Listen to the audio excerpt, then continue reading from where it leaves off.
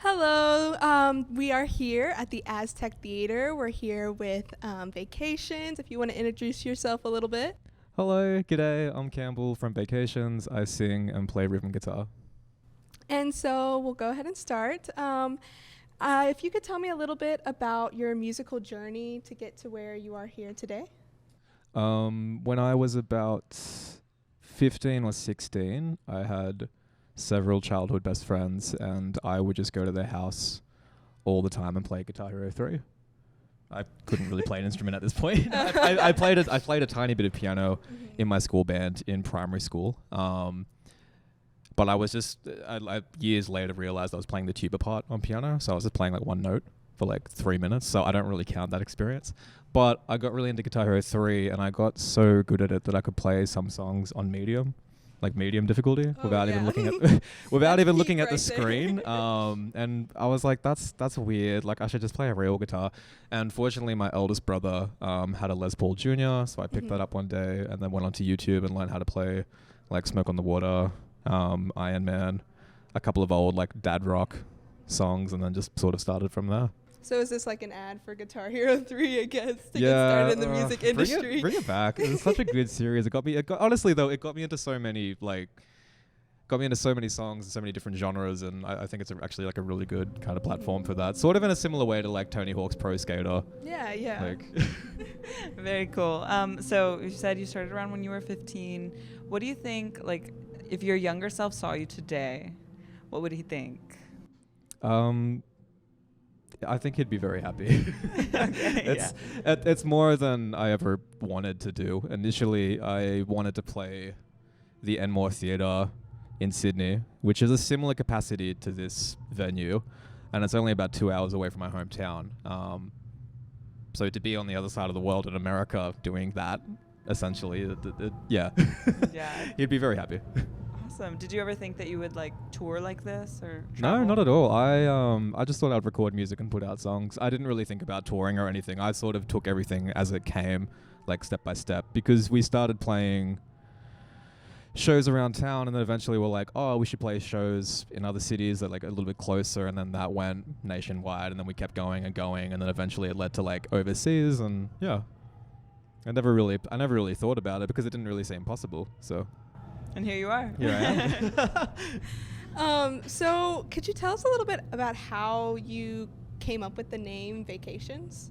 Yeah, of course. So when I was about 18, 19, me and Jake playing bass in Vacations, we would hang out all the time. It's when we sort of just started to get to know each other, and we had shared a lot of love for music and had the same passion for it. And we kept throwing band names back and forth at each other. It was almost like a game we would play, but we'd never really land on anything. But then we got offered our first house show, and we needed to decide on something because there was going to be a poster and there was going to be promotion. So we decided on Vacations, and then we had a few shows quickly afterwards, and it just sort of stuck ever since. And it's good. I'm happy with the name. I like that it's... I never liked band names that had like "the" in front of it, like "the Vacations," or names that are too long. I like that it's just short, sweet, and simple. It is impossible to search for us on Google, which is my one regret.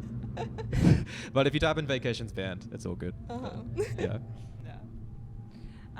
So of like all of the music that you guys have put out there so far, do you have a particular album or track that's your favorite? Maybe that's a good question. I'm overly critical of our recorded music, but I think Moving Out is probably my favorite because I feel like that track aged like fine wine, like in terms of like writing, production. And I think as well, I tend to write in terms of like a time capsule almost. So that song for me is very important for where I was at that point in my life. Like, and it is quite, usually I write quite ambiguously and non-gendered, but that song was very to the point. It's me literally moving out of my parents' house when I was like 21 and moving in with Jake and one of our other best friends. So yeah, that's probably a song I'm very fond of. Yeah. Okay, thank you. And so you've been on tour for a little while, and is there a particular show that was your favorite that you've done so far that was a lot of fun or memorable? For this particular tour, we've only done Mexico so far.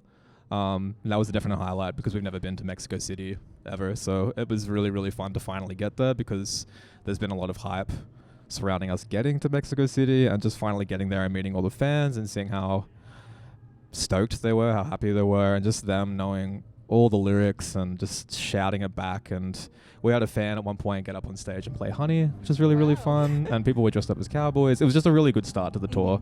It was really, really fun. So that's definitely been a highlight. But I'm sure every show on this tour is going to be like a highlight in some sense. Like, yeah. So from like this tour and even from previous tours, are there any stories that y'all have that are just like crazy or funny, embarrassing, just any that really stuck in your mind? I have a very fond story, a really sweet memory, and that would be when we first toured Europe. We were in. I wish I could remember the name of the city. But it was in Switzerland. It was by Lake Geneva, and I remember we played in this 3,000-year-old Roman tunnel, which that in itself is already enough. Like, that was just a really beautiful, special moment because you could see all the graffiti from when it was first built till now. It's just incredible. And like, we had a really wonderful crowd.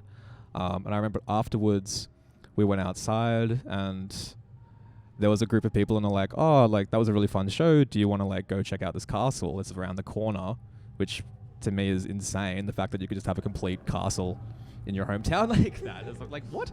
But yeah, they showed us this castle and I remembered we scaled the fence and essentially broke into it, got into the courtyard.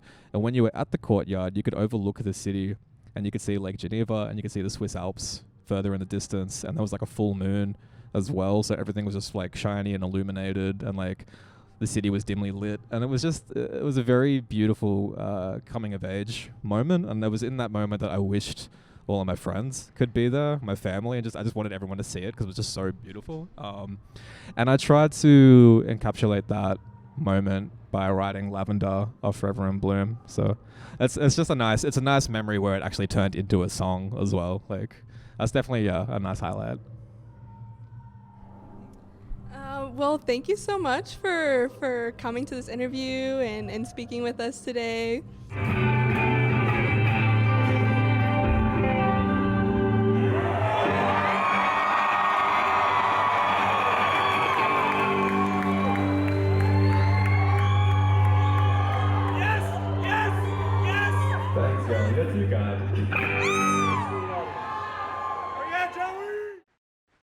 Hi, this is Campbell Burns from Vacations, and you're listening to KRTU 91.7 FM in San Antonio, Texas.